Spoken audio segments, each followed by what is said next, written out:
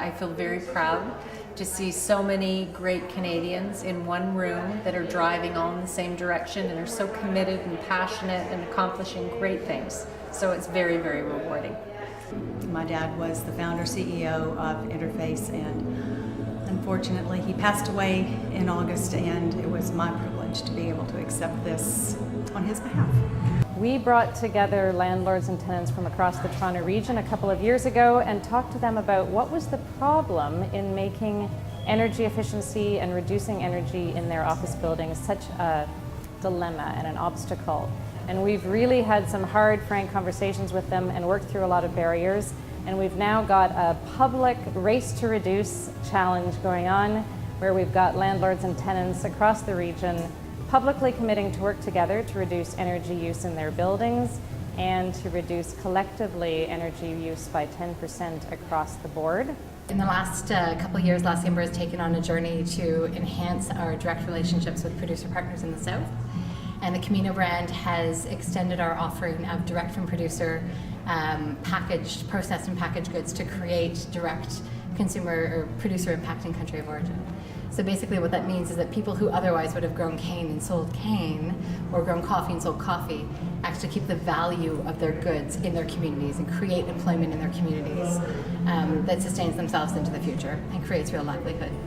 You know, creating change is something that is quite challenging, especially when you're challenging the status quo of what is deemed to be the way business should operate, or what we should do, or how politics should be.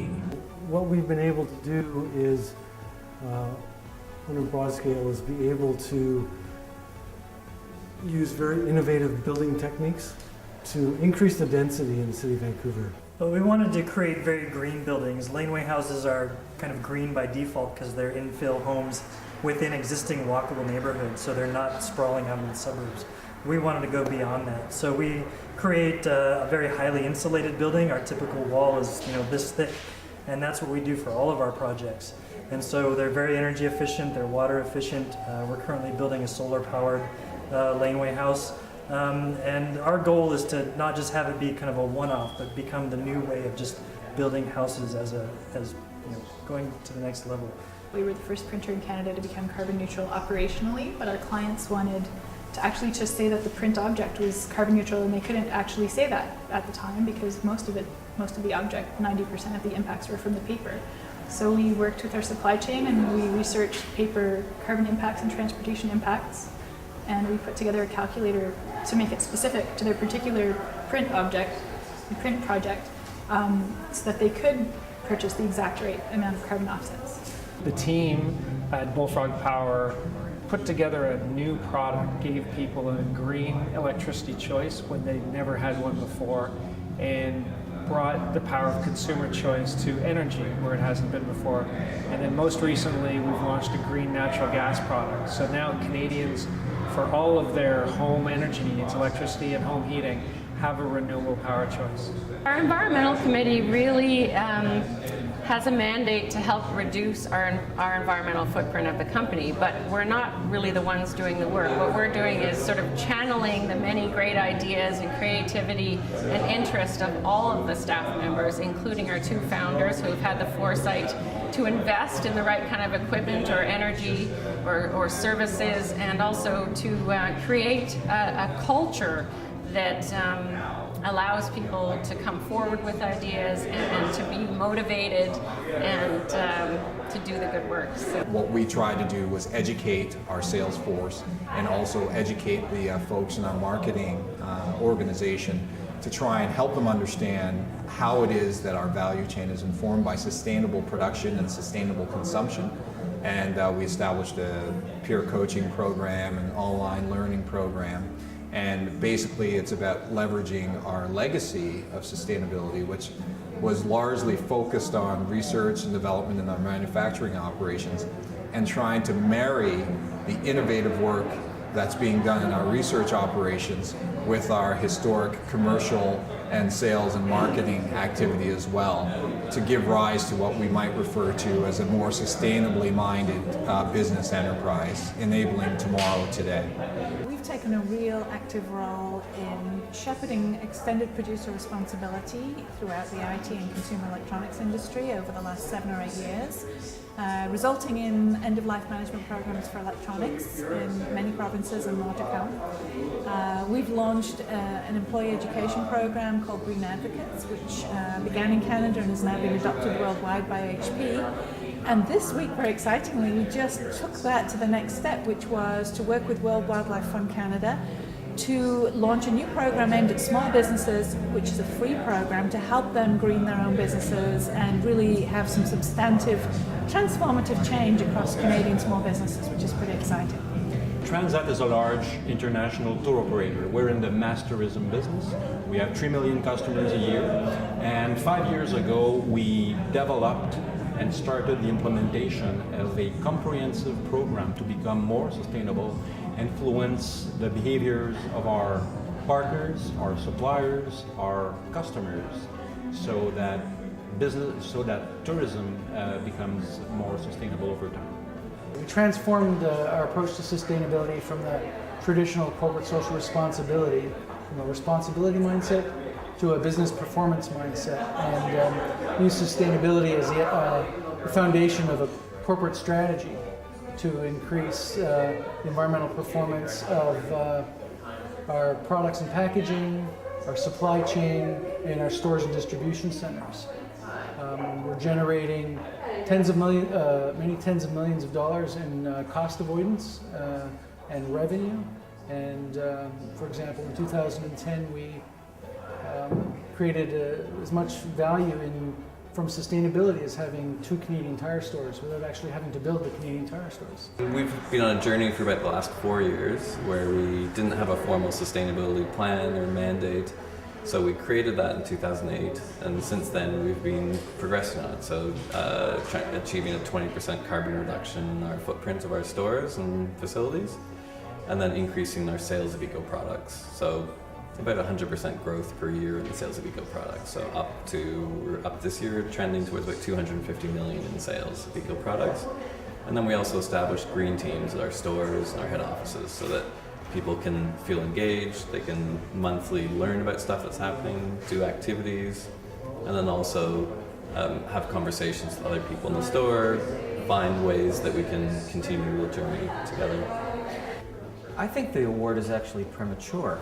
We're in the middle of doing a lot of things. We've set targets for everything from carbon reduction, waste reduction, corporate reporting and responsibility, and we're doing some of those things, but I think we're only halfway there. So I actually thought when we won the award, I said they gave it out a little too soon. And maybe next year I'll feel like we really accomplished some of the things that we're on the path to. One of the cool things that we've implemented is a very large solar rooftop. So, the largest commercial operational solar rooftop in Canada, and we have 800 solar panels, and part of that Ontario Power Authority's Green Energy Act program. So that was a very interesting program for us. We stepped out in front of a lot of people to kind of jump on the renewable energy bandwagon to drive some leadership in that area, and a lot of people are following suit and putting in solar roofs as well. So we're very happy to see that progress. From our perspective, we start off with the color green, and the challenge is to make the bank green. And so we're the first carbon neutral bank. We have among the most engaged employees in any of corporate Canada around the environment. We're looking at how to reduce our footprint, and as importantly as anything, how to bring green options to our customers. Our customers are 1 in 3 Canadians, so it's a pretty big job to try to figure out how to bring green into the mainstream in the world of banking. As the company has been corporate responsibility for almost 45 years now, as a recycled paper product and less water consumption, and now we're at the point that how are we going to launch a consumer product and try to get the people known what we're doing, and try to get the people change their mindset on the consumer product. And we try to launch different product, and we try to put it as a e-boutique kind of try to reach the consumer.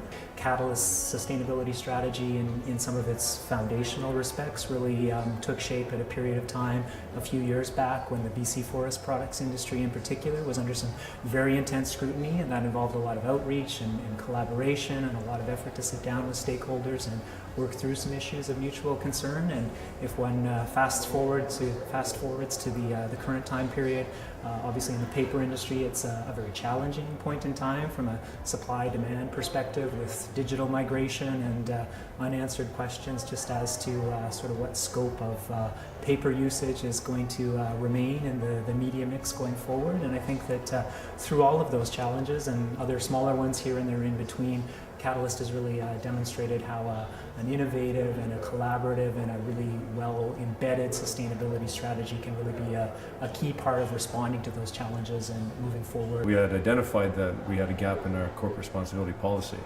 So the word is more about how we arrived at our new policy. We'd engaged external organizations. Canadian Business for Social Responsibility played a very big role in engaging our employee base, engaging our leadership, helping us to determine what commitment areas that we should arrive at our new one. So we took a lot of best practice pieces through an engagement exercise with a number of different stakeholders, and that's what we're being recognized for. We entered into a joint venture partnership with Environmental Defense to create a not-for-profit organization for socially responsible and environmentally responsible aggregates. So it's a certification system, very much like FSC and MSC. The momentum that we're building isn't just because of one or two people in senior levels in the company. They're important. But the momentum is coming from a collaboration of all of these people to do something that they together really care about. And to acknowledge that it's not just the big guys, not just the big companies, but it's the small and medium-sized companies that are part of that momentum. I think this is a huge signal out there that what we need is exactly what we're celebrating tonight. A cross-spectrum of the business in all sectors, movers and shakers that are making it happen. Every single applicant in this award scheme this year could tell us they are having an impact. They are doing real meaningful work. I didn't know that all of those great things were going on in Canada, so it was pretty much amazing. It's bittersweet, to be perfectly honest, because there are a whole number of other organizations and individuals that are doing wonderful things that we want to make sure get highlighted.